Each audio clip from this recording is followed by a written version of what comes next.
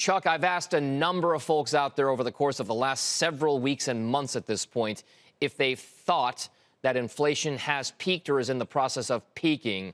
I'm going to ask you the same thing to start. Do you feel as though the inflationary picture is cooling off yet?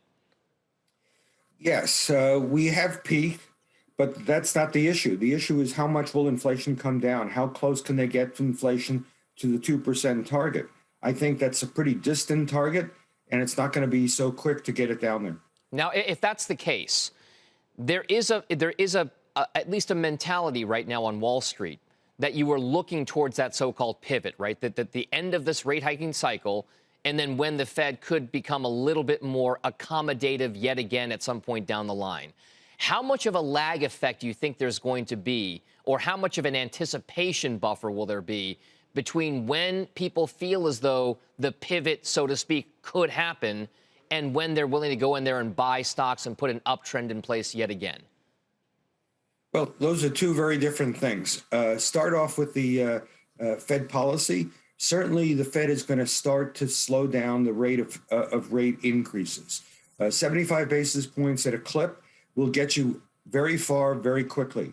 And that's too much at this stage.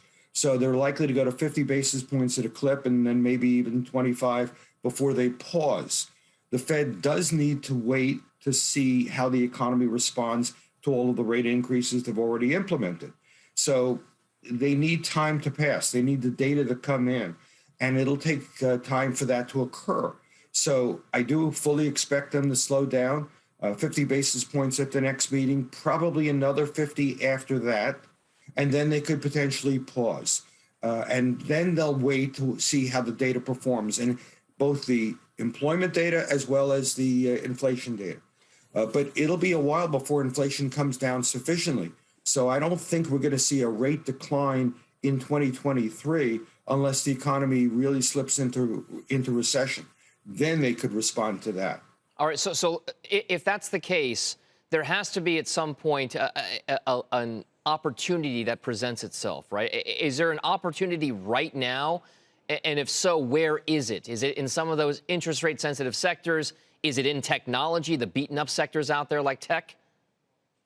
Well, the way I would put it is I think it's way too late to sell, but it might be a little bit early to buy. But when you look at the market, it's easy to find lots and lots of cheap stocks. The stock market has come down quite a lot. And more than 20% of the entire S&P now trades at single-digit multiples. So stocks are attractively valued. You do have to look across the valley because the economy is not going to turn around tomorrow. It is likely to continue to weaken, meaning to grow more slowly. But the real question is, will it dip into recession? And it's really premature to say that. It's more likely than not. But until it occurs, you can't say that rates have peaked, that the rate increases are over, that inflation is going to come down sufficiently to allow the Fed to pivot policy.